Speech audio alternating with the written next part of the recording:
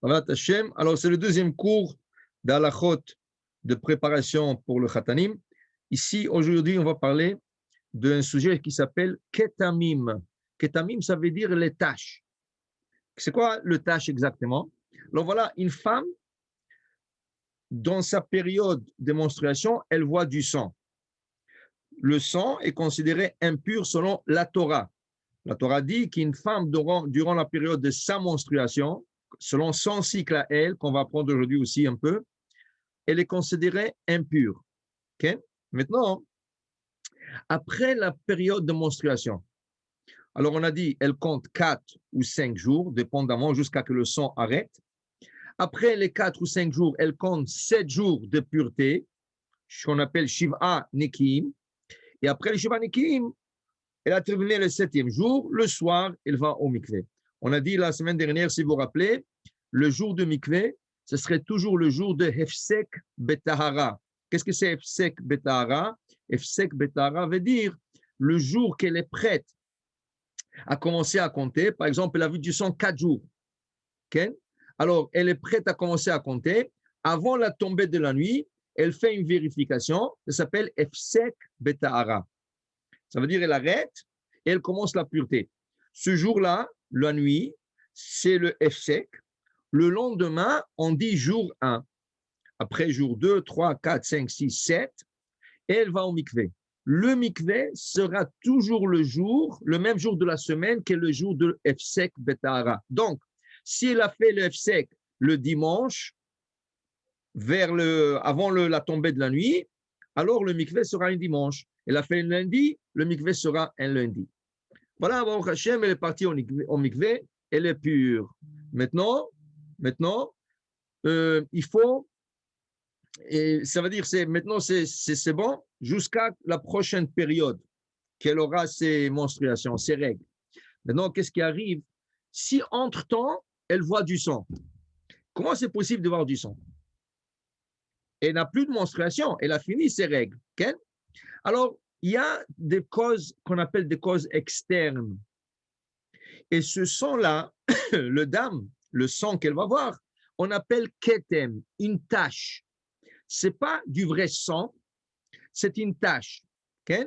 Et cette tache-là, il faut aller chercher une source. Et des fois, même si on ne trouve pas la source, il y aura des permissions qu'on pourra permettre. Mais des fois, ces taches-là peuvent interdire la femme, malgré que ce n'est pas la période de sa menstruation. Alors, on va donner un exemple. Voilà une femme, ok? Elle est partie au mikvé, on va dire un dimanche soir. Dimanche soir, elle est partie au mikvé, tout est beau. Mardi, du coup, elle voit sur le sous-vêtement, elle voit une tache de sang. Alors, il se pose la question, waouh, mais il y a 2 jours, j'étais au mikvé, c'est pas possible. J'attends mon prochain cycle, rien que dans 14, 16 jours, 11 jours, mais pas tout de suite, comme ça, en 3 jours. Qu'est-ce qui se passe? Okay? Alors, voilà, on va apprendre aujourd'hui les règles de ces tâches. Il y a des règles, ok? Alors, ces tâches-là, selon la Torah, sont pures, car ce n'est pas la période de menstruation de la femme, ok? Mais rabbiniquement, selon Rabbanan, ces tâches-là ont un statut d'impureté. Mais aussi, selon Rabbanan, selon rabbiniquement, ils ont donné beaucoup de portes d'ouverture qu'on peut permettre ces tâches. Première règle, la plus importante, et ça c'est une règle qu'il faut toujours garder en tête, on appelle ça hargasha, le sentiment. Quand la femme, elle trouve du sang, est-ce qu'elle a senti qu'il y a du sang qui lui coule? Qu'est-ce que ça veut dire qu'elle a senti qu'il y a du sang qui lui coule? Elle sent comme si elle est urinée. Vous savez, des fois, il y a des gens qui n'arrivent pas à se retenir, ils urinent un peu, quelques gouttes. Alors, elle a eu ce sentiment comme s'il a uriné et ne pouvait pas se retenir. Après, elle va dans la salle de bain et elle voit que cette urine qu'elle possède, c'est de l'urine, c'était du sang. Ça, c'est carrément impur de la Torah parce qu'il y a un argacha, il y a un sentiment, il y avait un sentiment et là, on a trouvé du sang. Okay? Normalement, quand une femme, elle a ce sentiment et elle regarde ses sous-vêtements, mais il n'y a rien. C'est propre, complètement propre. Mais pourquoi elle a eu ce sentiment? Donc, ce qu'il faut faire, il faut faire une bédika, une vérification. Alors, elle a son petit tissu qu'elle reçoit au mikvé, okay? Et là, elle fait une petite vérification. Si elle trouve rien du tout, ou si elle trouve une couleur qu'on va voir qui est cachère, alors elle continue, il n'y a pas de problème. Okay? Mais s'il trouve du sang, okay? S'il trouve du sang sur le sous-vêtement ou sur le tissu, c'est impur. Mais si elle trouve rien, c'est bon, elle continue. Ou par exemple, elle a senti son corps, elle a eu comme une vibration dans le corps et elle a dit, wow, ça c'est une sensation de menstruation normalement. Et elle se vérifie, elle trouve du sang, ou elle a trouvé du sang sur le culotte, sur le sous-vêtement, elle est impure. Mais s'il n'y avait pas d'argacha, rien qu'elle va à la salle de bain normale, elle regarde ce sous-vêtement et elle voit une tache de sang dans le sous-vêtement. Elle dit, waouh, c'est bizarre, j'ai rien senti. D'où vient cette tache? Alors déjà, il n'y a pas de argacha, il n'y avait pas de sentiment. Okay? Ça, c'est un bon point. Mais le problème, la tache du sang, Chachamim l'ont rendu impur. Mais il y a des conditions, comme on a dit. Quelle est la condition? Quelle est la taille de cette tache? Si cette tache, elle a la taille de 10 sous, une pièce de 10 sous, qui a un diamètre de 2 mm, de 20 mm, 2 cm, cette femme sera impure. Okay? Si la tache est beaucoup moins que le 10 sous, okay? C'est beaucoup plus petit, c'est du sang, mais c'est beaucoup plus petit. Même si du sang, le fait qu'il n'y avait pas argacha, il n'y avait pas un sentiment que quelque chose coule ou quelque chose, alors elle est pure. Parce que la tache est trop petite, ils ne l'ont pas décrété sur un tel type de tache. Okay? D'où vient cette grandeur? D'où vient cette grandeur? À l'époque du Talmud, il y avait des moustiques okay, qui étaient grands. Et quand ils écrasaient la moustique, ça faisait comme, vous savez, la moustique, elle suce du sang de la personne. Alors, quand tu écrasais la moustique, tu trouvais une tache de sang. Okay? Jusqu'à combien? C'était la grandeur de la tache, la grandeur des dissous. Aujourd'hui, si tu écrases une moustique, même la moustique n'est pas à cette taille. Et c'est sûr que le sang, tu vas trouver, c'est une petite goutte de sang. Mais on se base toujours le décret original. Donc, si tu écrases une moustique à l'époque et tu avais la taille de ça, on dit, ouais, c'est peut-être, on dit peut-être, la source de ce sang dans le sous-vêtement, qu'il y avait une moustique là-bas, qu'elle n'a pas senti elle l'a écrasée sans faire exprès, et c'est ça la tâche qui est là-bas. Alors on trouve sur quoi dépendre la tâche. Et comme c'est rabbinique, on essaiera tout de dépendre la tâche. La femme dit, voilà qu'elle a essayé avec l'ongle, okay, elle voulait se nettoyer, mais avec l'ongle, elle s'est graffinée l'endroit là-bas, et cette graffinure lui fait, quand elle touche avec le papier toilette ou avec un tissu, elle trouve du sang. Mais elle voit qu'elle a une graffinure. Donc, on ne va pas la rendre impure, on a la source. Okay? Des fois, la source est interne. Ça veut dire qu'elle a fait une vérification interne et avec l'ongle, sans faire attention, elle a scratché sur le paroi de l'intérieur, ce qui fait que ces parois, ils sont sensibles et chaque fois qu'elle rentre quelque chose, ça lui donne une tâche. Des fois, sur le tissu, elle peut voir la tâche est en ligne droite. Des fois, ce n'est pas en ligne droite. Alors, il y a ce qu'on appelle une bodeket. Bodeket, c'est une femme gynécologue qu'elle peut aller voir. Dans la communauté juive, il y a des femmes comme ça. Pas besoin d'attendre 2 mois et 2 mois comme ils attendent pour certains gynécologues, 1 mois, 2 mois. Ces femmes-là, elles t'acceptent sur le jour même et elle va et vérifie, la femme vérifie. Elle te dit, oui, je vois, elle est scratchée, elle a un maca, elle a quelque chose qui fait couler du sang. Alors la femme est pure. Le rabbin lui dit, pas de problème, madame, tu es pure. Mais non, même s'il y a une tache plus grande que 10 sous, quelle est la couleur de cette tache? Si c'est jaune, si c'est vert, si c'est blanc, même si c'est plus grand que 10 sous, c'est cachère. Ce n'est pas du sang. Ce n'est pas considéré le sang. Si c'est rouge, si c'est rose, si c'est noir, okay? Si c'est orange, ça c'est des couleurs de la famille qu'on appelle la famille rouge. Tout ce qui est famille rouge, c'est impur. Donc, si c'est plus grand que 10 sous et on n'arrive pas à trouver une source d'où c'est venu, malheureusement, même si ce n'est pas la période de l'impureté, elle est impure. Troisième facteur très important, le sang, selon rabbiniquement, qui est impur rabbiniquement, doit se trouver sur un tissu uniquement blanc. Si ce n'est pas blanc, c'est cachère. Donc, si la femme a porté une culotte, un sous-vêtement rose, bleu, noir, gris, vert, n'importe quelle couleur, c'est pas blanc, même s'il y a du sang, on voit que c'est du sang et c'est plus grand qu'il dissout, c'est cachère. Tant, ou n'oubliez pas, le facteur le plus important, tant qu'il n'y avait pas de sensation. Tant qu'il n'y avait pas de sensation. S'il y a des sensations, on voit du sang, il faut aller chercher tout de suite, il faut vérifier. OK? Alors, on suggère très fortement à toutes les femmes de porter des sous-vêtements coloriés. Pas besoin d'être rouge ou noir foncé pour dire « Ah, je ne vois pas la tache ». Non. Au contraire, on veut voir s'il y a une tache. Mais c'est du couleur. Le sous-vêtement est en couleur. N'importe quelle couleur. Tant qu'il n'y a pas du blanc. Même s'il verra des taches, et la chose est, aujourd'hui, dans la génération, beaucoup de femmes voient des taches. Alors, dans la période pure, c'est bien de porter des sous-vêtements coloriés, ainsi que s'il y aura des taches, il n'y aura pas de sensation, automatiquement, on dit la femme, c'est cachère, tu continues. OK? Il y a ce qu'on appelle panty liner.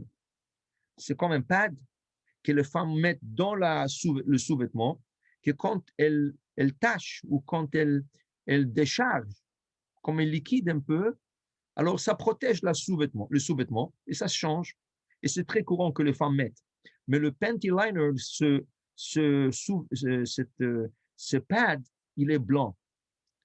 Alors normalement, ça aurait dû être un problème. Mais les décisionnaires, ils ont dit qu'aujourd'hui, ce n'est pas un problème. Pourquoi? Parce que ce pad, oui, il est usage unique. Donc, ce n'est pas comme un vêtement, ce n'est pas un habit ni un ustensile. C'est quelque chose qu'on jette dans la poubelle. On le porte la journée, on le jette. Donc, même s'il y a une tache rouge là-dessus, et c'est blanc, le pad, il est blanc, ce n'est pas considéré comme une tache. Encore, tant qu'il n'y avait pas de sensation. OK? Alors maintenant, il est écrit dans la halakha, et je vous explique comment faire ça. Il est écrit dans la halakha que pendant les 7 jours de pureté, quand la femme a eu sa menstruation, elle a compté 4 ou 5 jours, elle a commencé à compter 7 jours. Pendant les 7 jours, il faut porter un sous-vêtement blanc. Les draps, il faut qu'ils soient blancs. Okay? Le problème avec ça, comme les femmes aujourd'hui, elles ont beaucoup de tâches, Rav Ovadia Yosef a décidé que c'est mieux de ne pas le faire. C'est mieux que même pendant les 7 jours de pureté, porter des sous-vêtements coloriés et de draps coloriés pour ne pas avoir ce problème de taches. Oui, la halakha, c'est écrit dans tous les livres comme ça, mais si vous regardez Rav Yosef, il a dit parce que les femmes, elles tâchent beaucoup aujourd'hui, c'est mieux de ne pas le faire. C'est mieux de porter coloré. Donc, ça, c'est une grande différence séfarade, ashkénaze. Les ashkénazes exigent que ça soit blanc. Le séfarade allège, ils disent ils assouplissent, ils disent que non, même colorié pour sauver de la femme. Sachez que la femme qui allait, elle a presque toujours ses taches.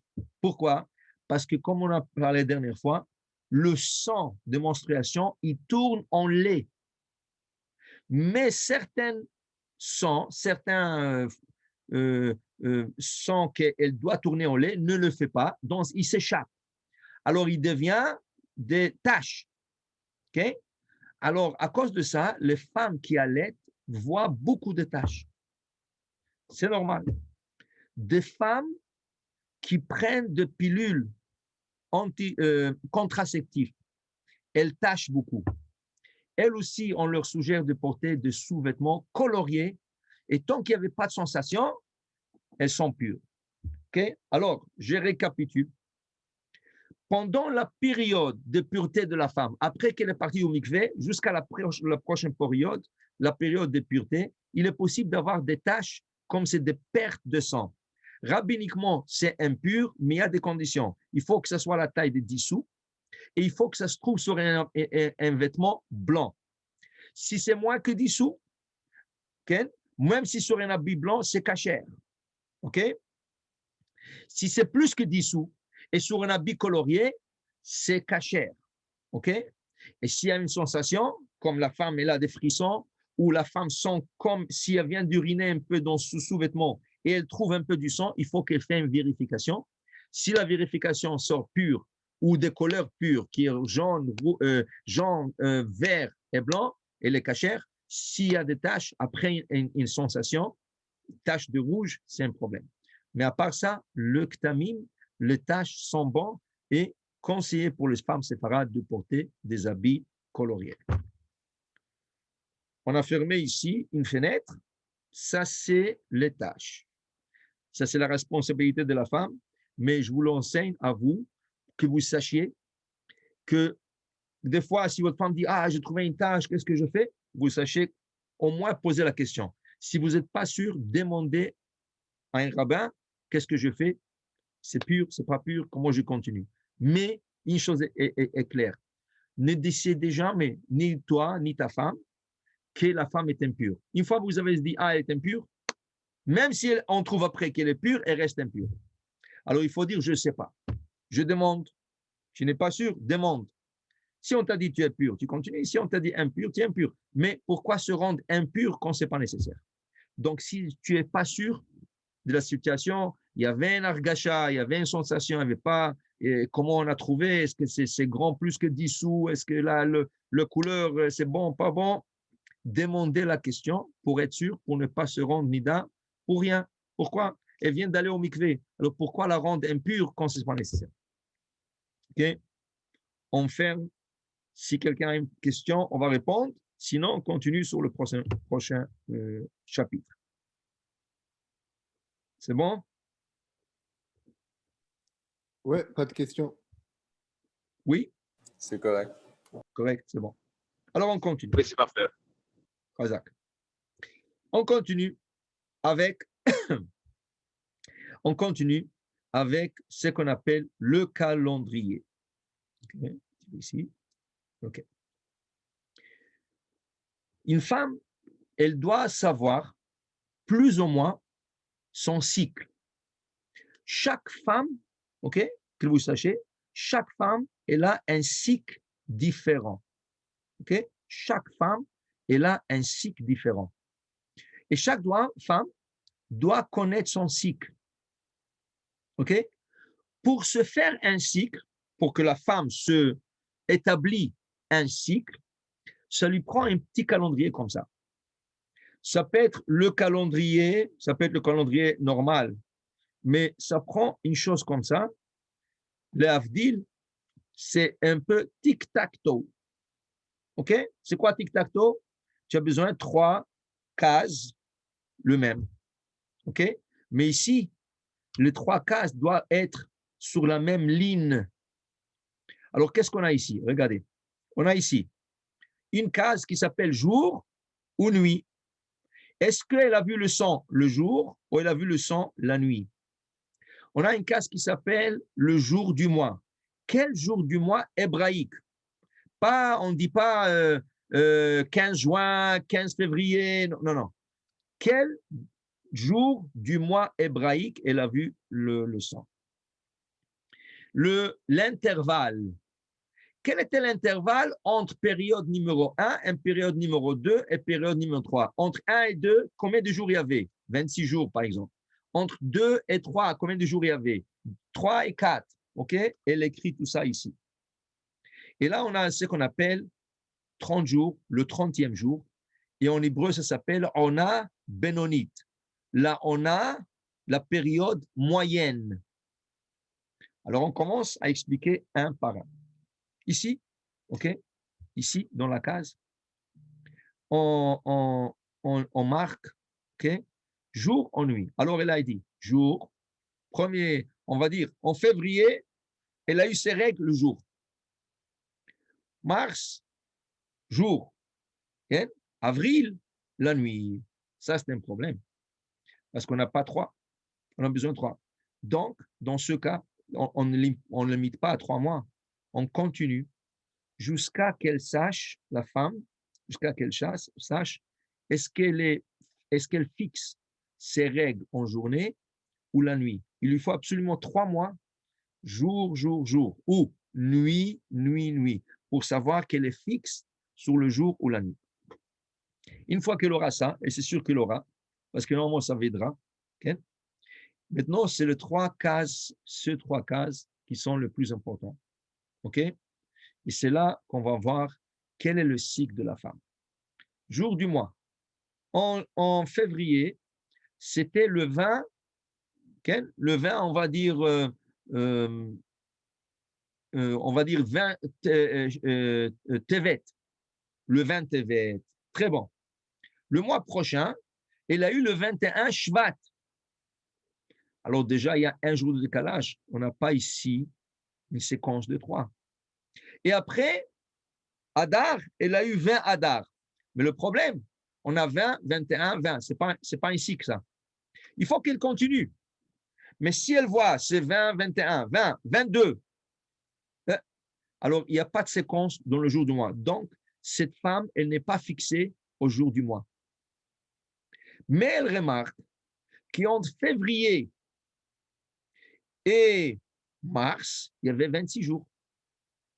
Et entre mars et avril, il y avait 26 jours.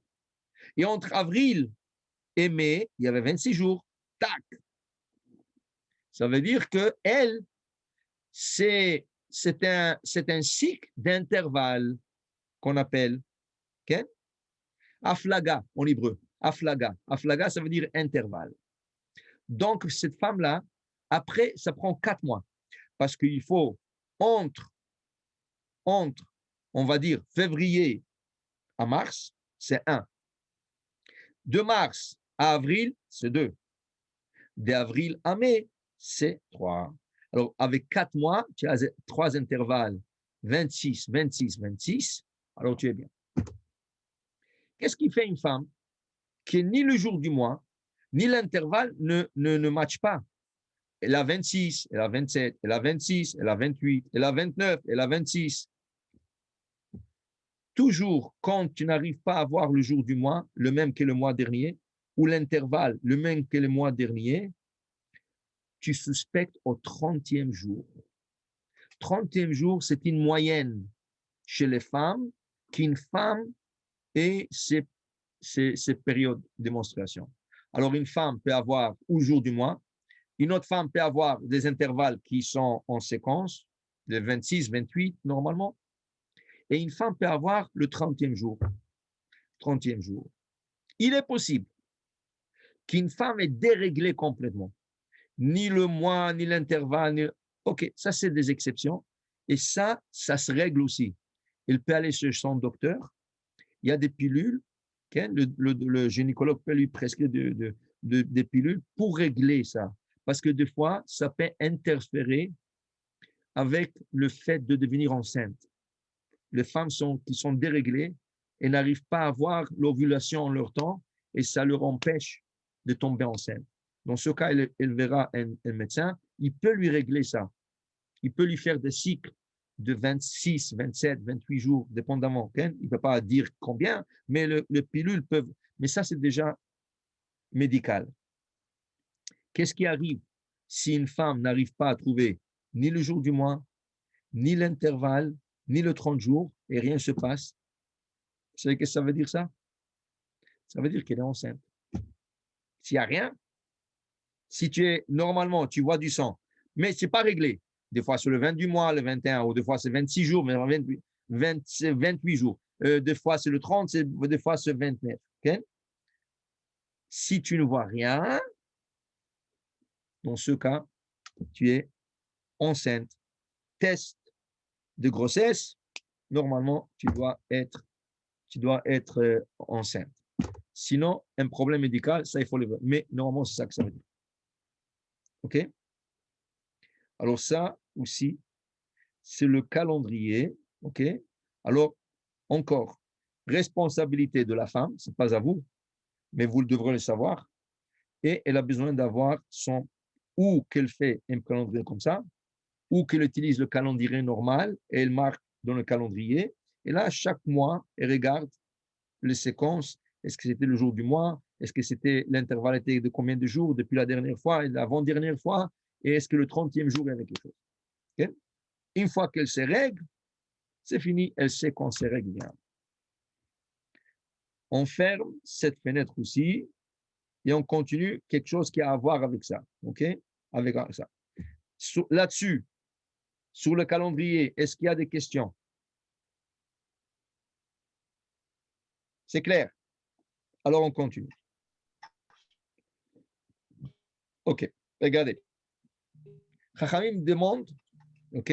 Chachamim exige que juste avant que les règles viennent, tu te sépares de ta femme. Qui veut dire, si on va dire, exemple, on sait que chaque 26 jours, le jour en journée, la femme reçoit ses règles. Chaque 26, c'est un exemple.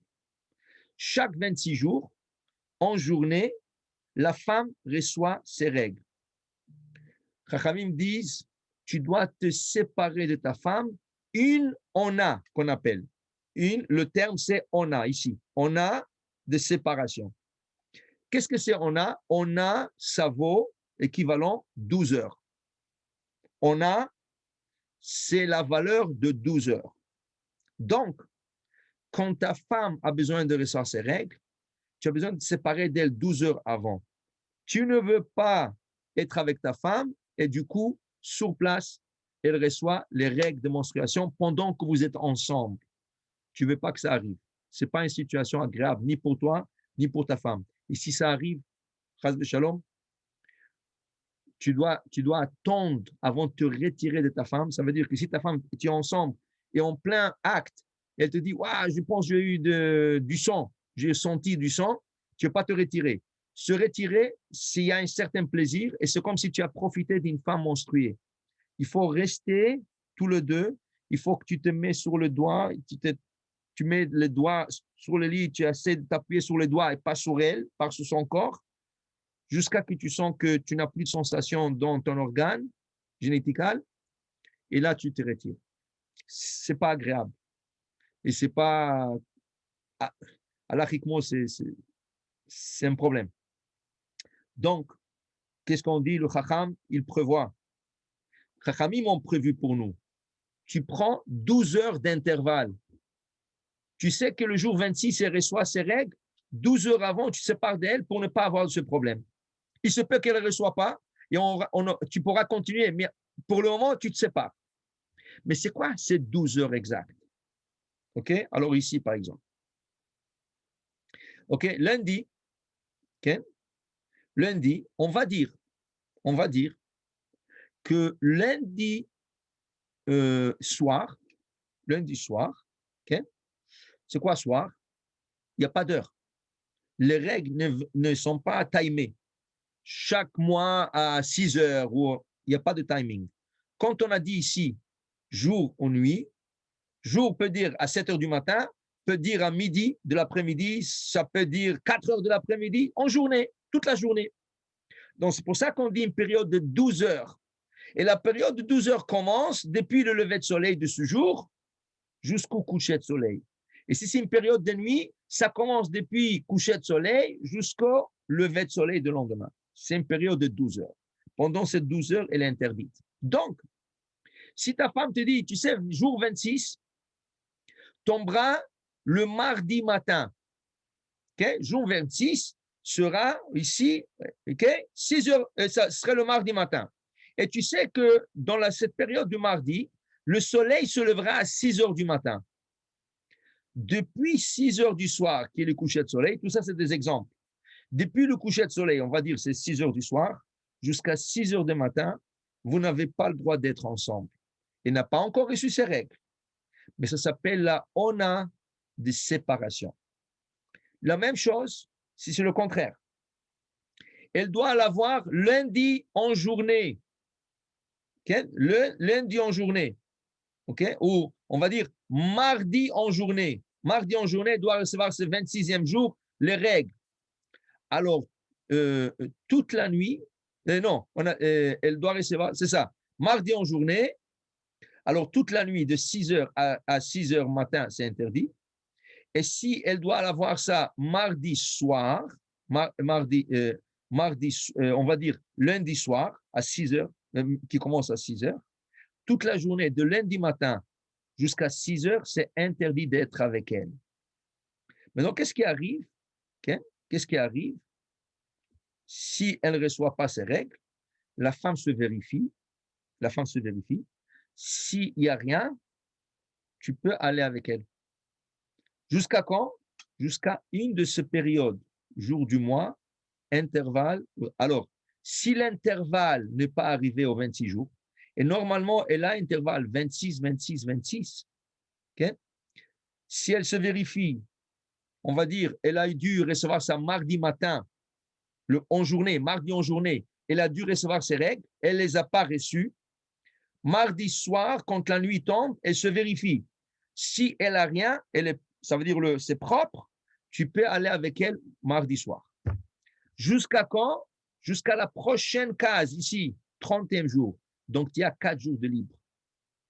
À moins que quelque chose arrive entre-temps, elle reçoit ses règles, mais sinon, tu peux aller avec elle jusqu'au 30e jour. Et le 30e jour, tu te séparas d'elle 12 heures avant.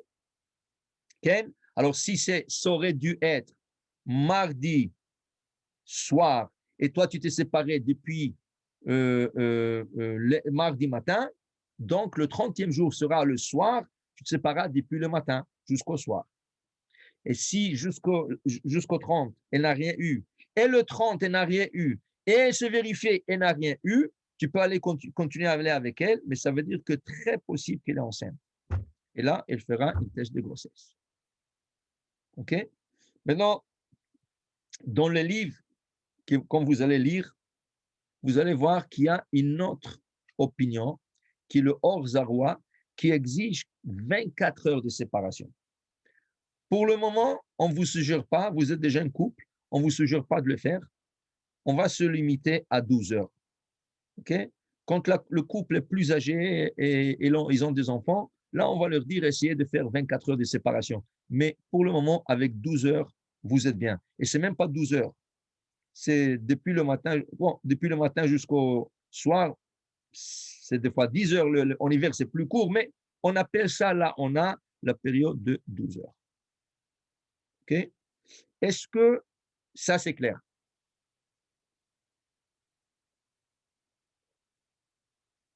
Oui? Il n'y a pas de questions? Oui, pour l'instant, c'est bon. OK. C'est bon? Si c'est clair, c'est bon. Alors maintenant, OK, maintenant, on va passer un peu plus loin. Normalement, les relations intimes entre hommes et femmes devraient se faire la nuit, okay? Pas en journée. La raison.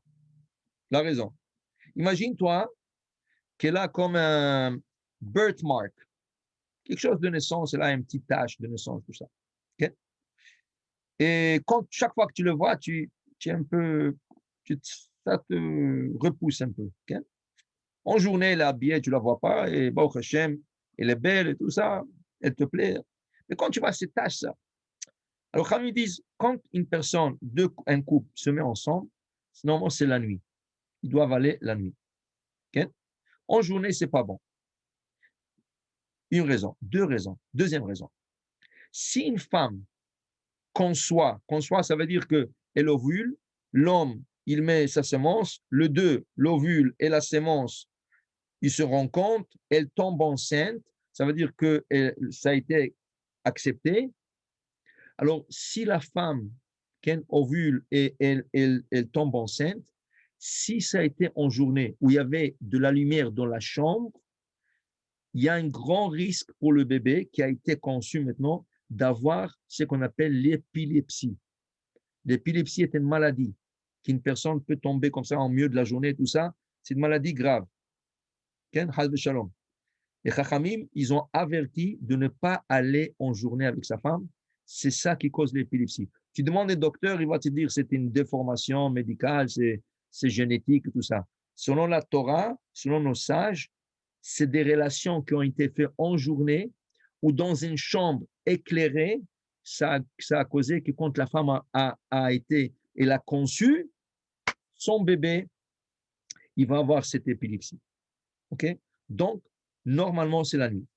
Deux fois, pour une raison ou pour une autre, tu sens le besoin d'être avec ta femme en journée.